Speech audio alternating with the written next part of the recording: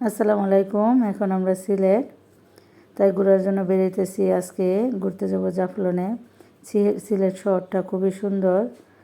এইখানের হোটেলের খাবার দাবার খুবই মজা। আমাদের জন্য খাবার অর্ডার করছি, তাই যে আমার নাতিরা খেয়ে নিতেছে, আমরাও খাওয়া দাওয়া শেষ। এখন আমরা বেরিয়েছি গাড়ি দিয়ে।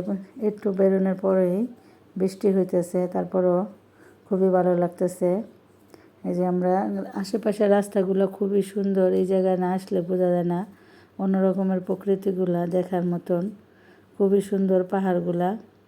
এখানে আসার পরে যে আমরা মার্কেটগুলো খুবই সুন্দর, এখানে অনেক কিছু পাওয়া যায়। তাই আমার মেয়ে যে এখান থেকে আচার নিতেছে, ওরা অনেক কিছু কিনতেছে। প্রচুর বৃষ্টি হইতেছে। তারপর আসছি, রাস্তাটা এরকম, এখানে অনেক সিঁড়ি। তাই যে আমরা সবাই মিলে নামতাছি একসাথে।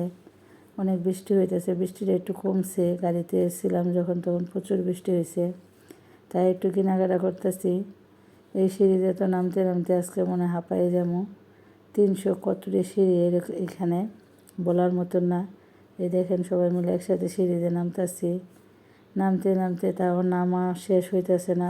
আশেপাশের সিনারিগুলো এত সুন্দর, দেখতেই পারতেছেন।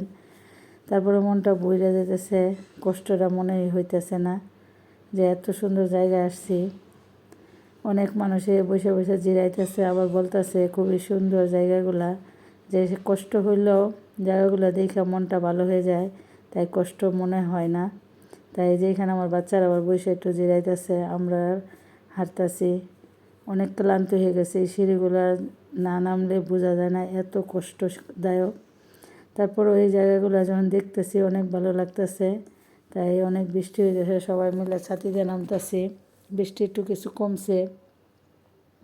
সিঁড়িগুলো অনেক খাড়া, প্রচুর সিঁড়ি। এখানে 365 না কতটি সিঁড়ি জানা নাই। অনেক কষ্টদায়ক হয়েছে।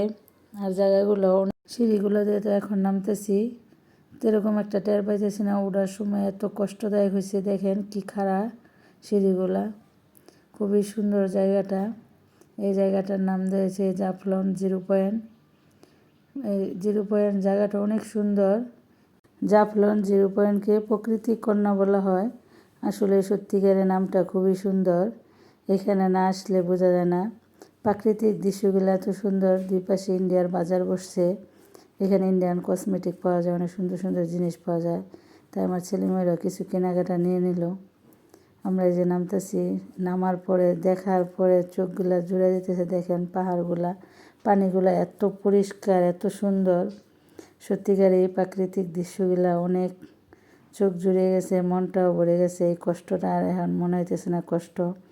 পাথরগুলো এত সুন্দর, দেখেন জায়গাটা খুবই ভালো লাগতেছে। আর বাতাসটা যে পানিগুলো একদম পরিষ্কার মনে হইতেছে। এখান থেকে একটু পানি খেয়ে নিই, এত ভালো লাগতেছে। অন্যরকমের শান্তি লাগে ঘুরতে আসলে, মনটাও ভালো হয়ে যায়।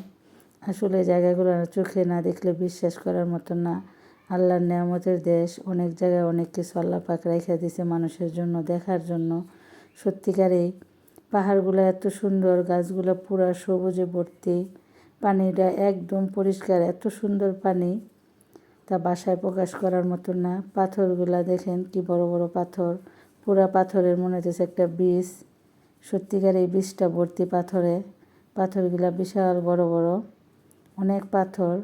তাই এই যে আমরা পাথরে দিয়ে পানি, এখন আমরা সকাল সকাল আসার কারণে পানিটা একটু কম।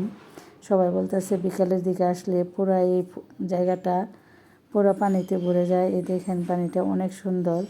ওই পাশে পূর্ব পাশে আপনার ইন্ডিয়া, যে ইন্ডিয়ার দেখা যাচ্ছে, বিএসএরা দাঁড়ায় রয়েছে। বেশি ওইদিকে যাওয়া যায় না, তাই আমরা এই দিক থেকে ছবি উঠাইতেছি। ছেলেমেয়েরা এখানে আনন্দ করতেছে।